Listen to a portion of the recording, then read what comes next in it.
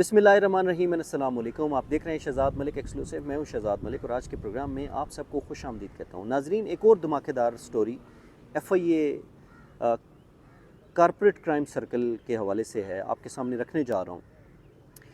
एक कंपनी जिसको federal government employees housing society contract देती है बिलियंस ऑफ रुपीज़ का, उसके ओनर हैं जो कोयटा के एक बुकटी फैमिली है। आप जानते हैं, बड़ी मशहूर और मरूफ बुकटी फैमिली है। उस फैमिली से ताल्लुक़ रखने वाले एक बड़े कॉन्ट्रैक्टर रब नवाज़ बुकटी को federal government employees housing society एक कॉन्ट्रैक्ट देती है और उसमें वो जो बैंक गारंटी जो जमा कराते हैं 71 करोड़ रुपए की, वो बेसिकली कॉन्ट्रैक्ट का जो मेन क्लॉज़ है कि आप बैंक गारंटी जमा कराएं जितने आपको पैसे दिए जा रहे हैं। तो उन्होंने बैंक गारंटी जमा करवाई और उस बेस के ऊपर उन्होंने मोबिलाइजेशन का पैसा जो आप प्रोजेक्ट शुरू करते हैं, कोई 1 अरब 40 करोड़ रुपए federal government employees housing authority ने उनको जारी कर दी।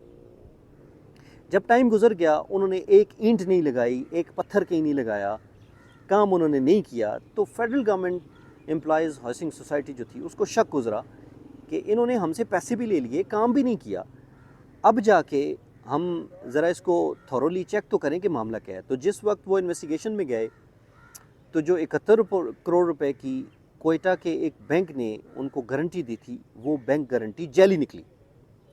उसका जो डॉक्यूमेंट्स जमा कराए गए थे 71 करोड़ रुपए के, वो जाली साबित हुए। उसमें ज़ाहिर है बैंक मुलव्विस भी शामिल था, रब नवाज़ बुकटी साहब जिनकी मेन कंपनी थी, जो कंपनी के ओनर थे वो भी शामिल थे और कुछ और लोग भी शामिल थे। जब ये मामला federal government employees housing authority के सामने आया तो उन्होंने फ़ैसला किया कि इस मामले को फेडरल इन्वेस्टिगेशन एजेंसी भेजा जाए ताकि दूध का दूध और पानी का पानी हो सके। फेडरल एम्प्लॉयज़ की दरख्वास्त के ऊपर FIA ने कार्रवाई शुरू की। इसमें मुख्तलिफ IOs आते रहे जाते रहे और ज़ाहिर है ये बिल्कुल ओपन एंड शट केस था। इसके ऊपर तो ज़्यादा लंबी चौड़ी काम करने की, तहकीकात की ज़रूरत ही नहीं थी। FIA ने जिस तरह फेडरल गवर्नमेंट ने एम्प्लॉयज़ ने ख़ुद लिख दिया, बैंक ने लिख के दे दिया कि ये गारंटी जाली थी, तो इसी तरह लंबा चौड़ा काम भी नहीं था। लेकिन कुछ सिफारिशें और कुछ मामलात के ऊपर ये मामला आस्ता आस्ता लंबा होता गया और 2-3 साल के बाद बिल आखिर ये FIA जो है वो कंक्लूजन के ऊपर पहुंच गई। इस दौरान जो रब नवाज़ बुकटी हैं उनको बार बार बुलाया गया, उनको नोटिस किए गए, लेकिन वो कभी भी उन्होंने FIA को इस काबिल नहीं समझा कि वो आ जाएं और अपना बयान रिकॉर्ड कराएं कि उन्होंने ये क्या किया है। इस दौरान उनके जो बैंक मैनेजर था और एक और बंदा था, उसको FIA ने ज़मानत कैंसलेशन के ऊपर गिरफ़्तार किया और वो जेल में भी रह के आए। लेकिन रब नवाज़ बुकटी जो हैं ये इतने इन्फ्लुएंशियल थे कि ये कभी FIA के सामने नहीं आए। बिल आखिर जिस वक्त रब नवाज़ बुकटी ने देखा कि अब FIR हो गई है, शनाख्ती कार्ड ब्लॉक है, हर चीज़ ब्लॉक है, तो अदालत जाना बनता था। अदालत वो गए और जो केस के तफ्तीशी हैं उनका नाम है काशिफ अलवी, जो SHO CCC थे और इस केस को भी देख रहे थे, उन्होंने इंतहाई महारत के साथ मुकदमा लड़ा, अदालत में अपना मौक़िफ़ पेश किया। जो उनकी टीम थी, लीगल टीम थी FIA की, उसने भी मुकदमा लड़ा। लेकिन क्योंकि रब नवाज़ बुकटी साहब अमीर ज़ादे हैं और अमीर आदमी हैं, ताल्लुक़ वाले हैं, बलूचिस्तान के से ताल्लुक़ है उनका और इस्लामाबाद में ही ज़्यादातर होते हैं, तो उन्होंने जैसे तैसे करके भी अपनी ज़मानत को कंफर्म करा लिया।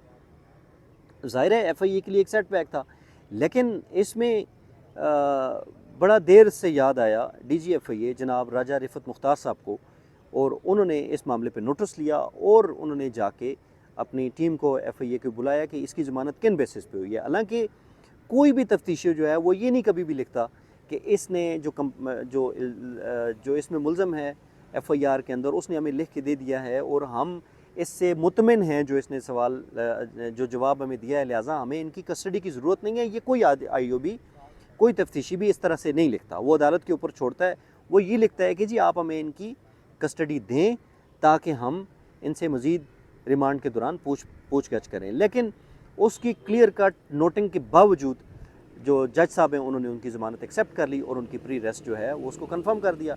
और FIA की लीगल टीम और जो काशिफ अलवी हैं और जो CCC के जो इंचार्ज हैं हसन बटू, वो हाथ मलते रह गए और बिल्कुल बिलाखिर आगे मामला नहीं चल पाया। अब जाके इस केस के अंदर जब DGFI अप्रोच हुए, जिस तरीके से भी हुए, उनको पता चला, तो उन्होंने इस केस के ऊपर आके नोटिस लिया और नाकश तफ्तीश का बहाना सामने रखते हुए काशिफ अलवी को उन्होंने सस्पेंड कर दिया। और उसके बाद जो डायरेक्टर इस्लामाबाद जोन है शहजाद बुखारी, उन्होंने उसको सरेंडर कर दिया हेडक्वार्टर में।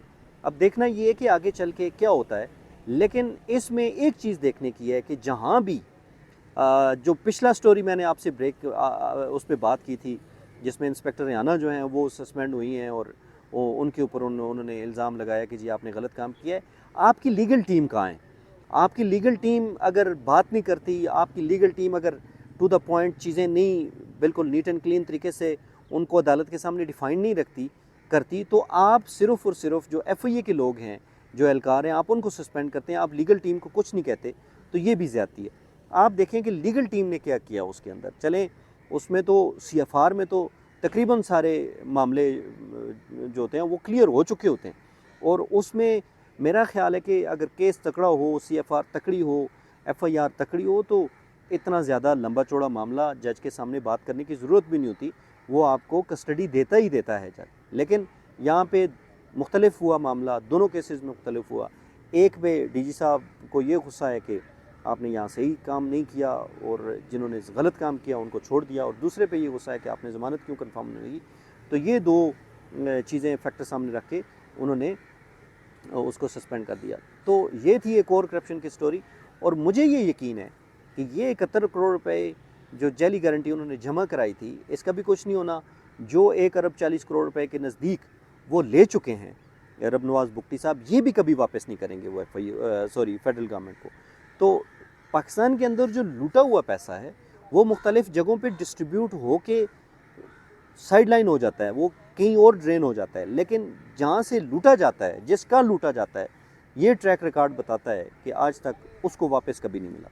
तो काशिफ अलवी बहरहाल सस्पेंड हो गया, और DG साहब एक दफ़ा फिर खुश हो गए कि मैंने बड़ा तीर मार लिया, लेकिन उन्हें गुमा है कि रास्ता कट रहा है, मुझे यकीन है कि मंजिल खो रहे हो। बाकी अगले प्रोग्राम में एक और स्टोरी के साथ हाजिर हूँगा। अपना ख्याल रखिए। खुदा हाफ़िज़।